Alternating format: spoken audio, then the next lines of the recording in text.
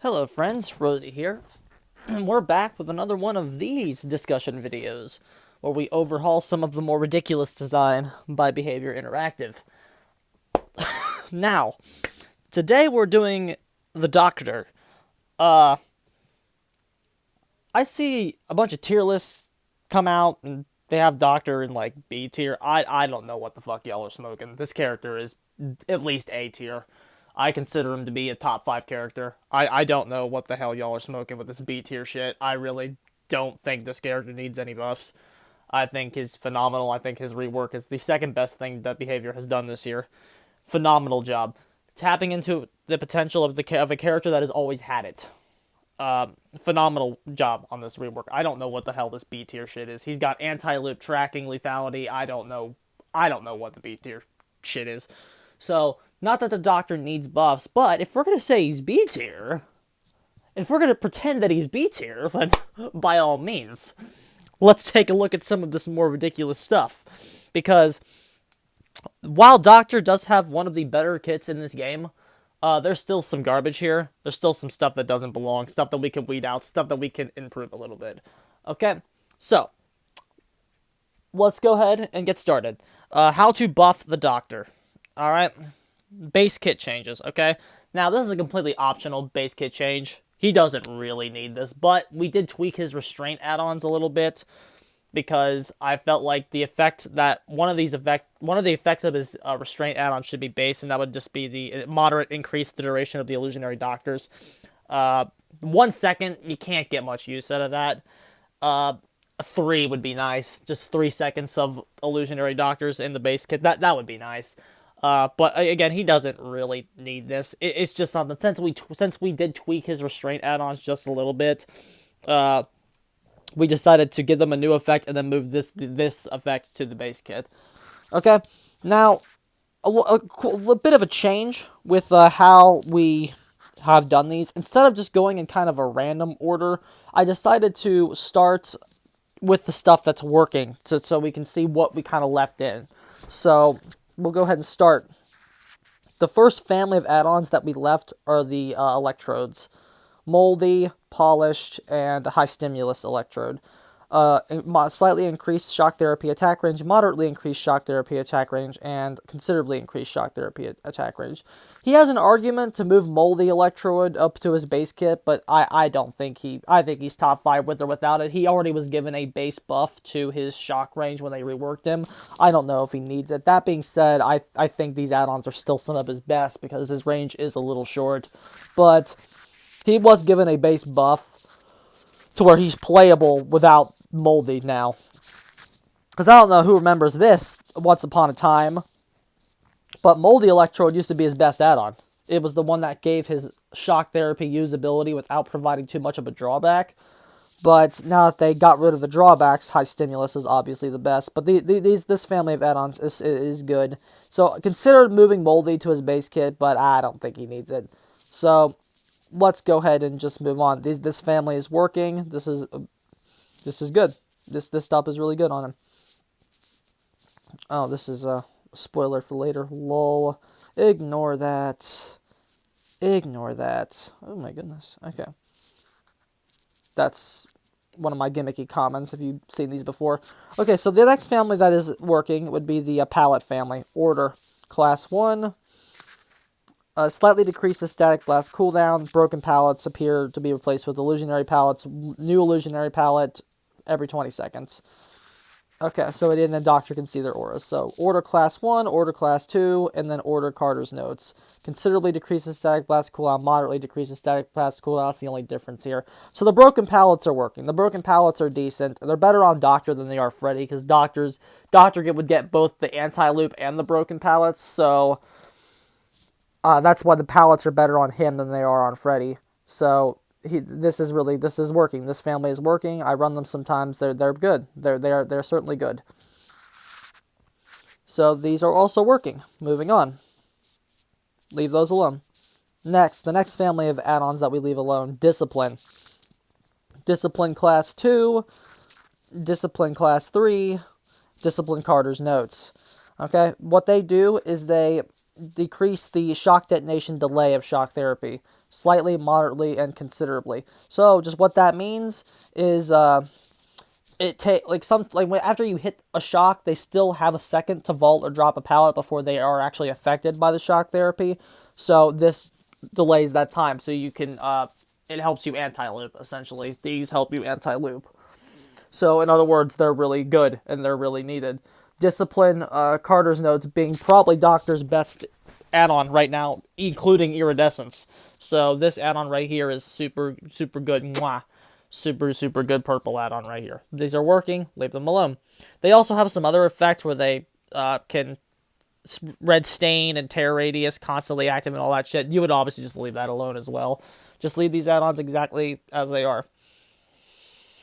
Tear radius is at the Doctor right behind him. You know, it's good stuff. And then the other stuff we decided to go ahead and leave the same are both of the iridescents. Iridescent King and then Iridescent Queen.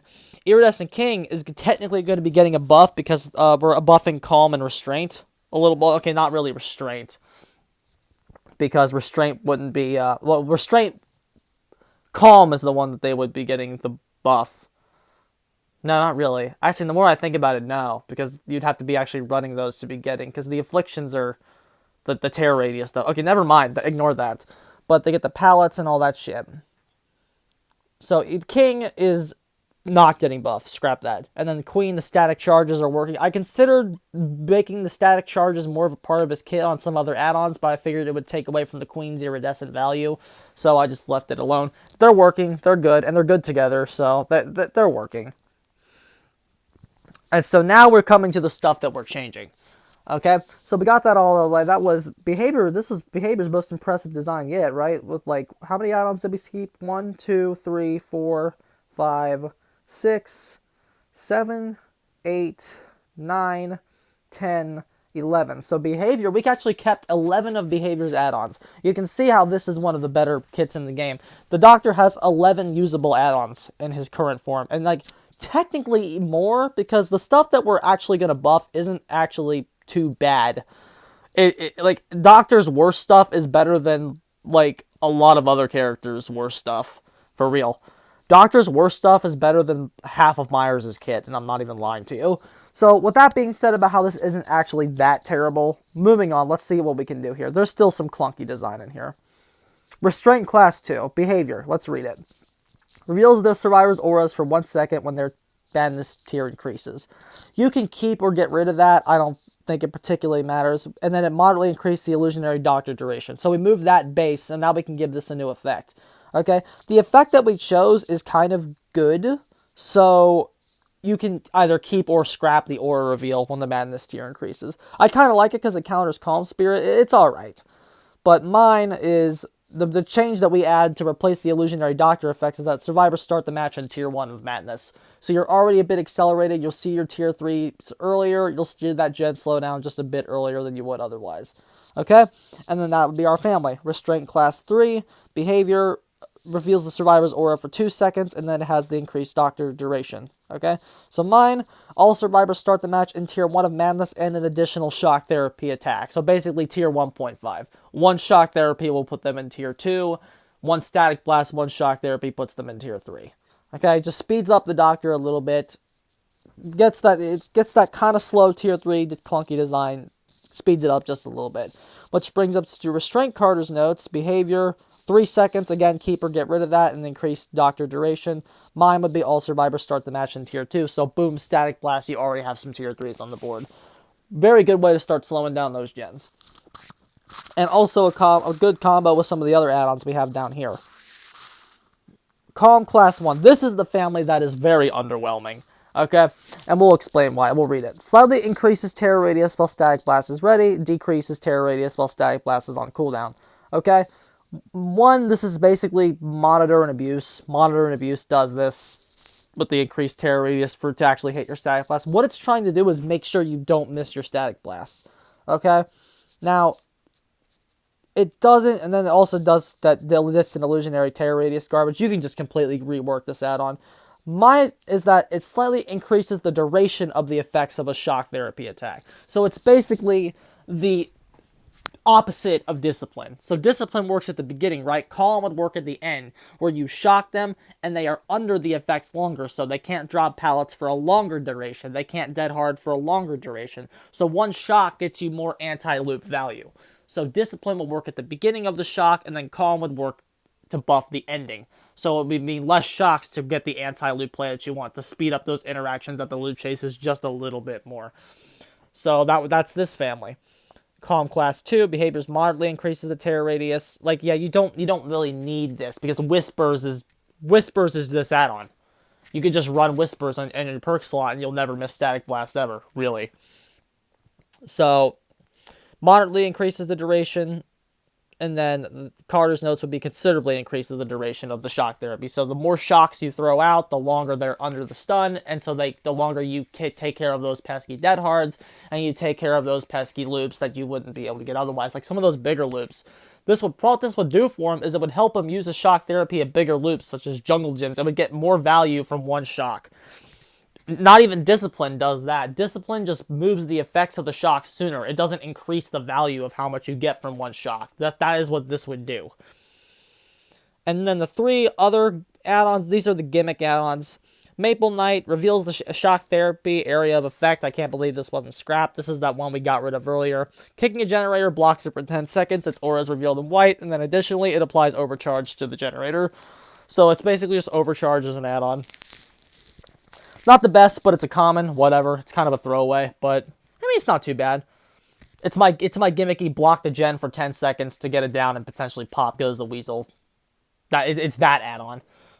I tend to give that to killers, and again, it's better than behaviors, so. Here are the ones we really played around with, okay? Scrap Tape. These aren't really a family, it's just 2 rares that change how shock therapy's section works. This is a really bad one.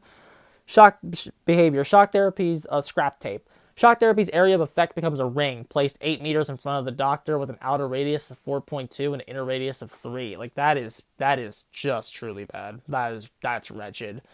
So it's obvious we could give this a new effect. So I reworked it completely. Mine. Upon survivor curing their tier 3 madness, the survivor, the one that just cured their tier 3, lets out a static blast, i.e. Dark Devotion, if you know how Dark Devotion works. If you don't know how Dark Devotion works on the Doctor, it's that when Doctor hits the obsession, the terror radius is transferred to the obsession. So if the Doctor uses a static blast while he's undetectable and the obsession has his terror radius, the static blast comes from the obsession. So this is kind of an add-on form of that, where a survivor, and again, if you really think this is OP, you could just make it apply to the obsession, like it could generate an obsession, but I don't think it's OP as it is. Upon a survivor curing their tier 3 madness, the survivor lets out a static blast, and all survivors within 32 meters are instantly put into tier 3 of madness. So this add-on could feed into itself. And again, if this is OP, it could just be a static blast if you really wanted to. But again, we're buffing the Doctor, so I decided to give it a nice, good effect. And again, if you just gave it a static blast, it would still be good, because you would get the notifications. And combined with the restraint add-ons, you could get auras off of that. So, like, yeah, there's combo potential here as it is, even if you didn't instantly put in tier 3. But we're trying to equip this character to continue to deal with 4-man Swift, and this is an add-on that could really make 4-man Swift have to think about what they're doing. So that's why I decided, like, this is an add-on that's designed to go against 4-man Swift. Okay, so moving on to the final add-on, Interview Tape. Shock Therapy's area effect becomes a beam 24 meters long and 2 meters wide. This is railcar dock, what's it called? Railway dock? Fuck it.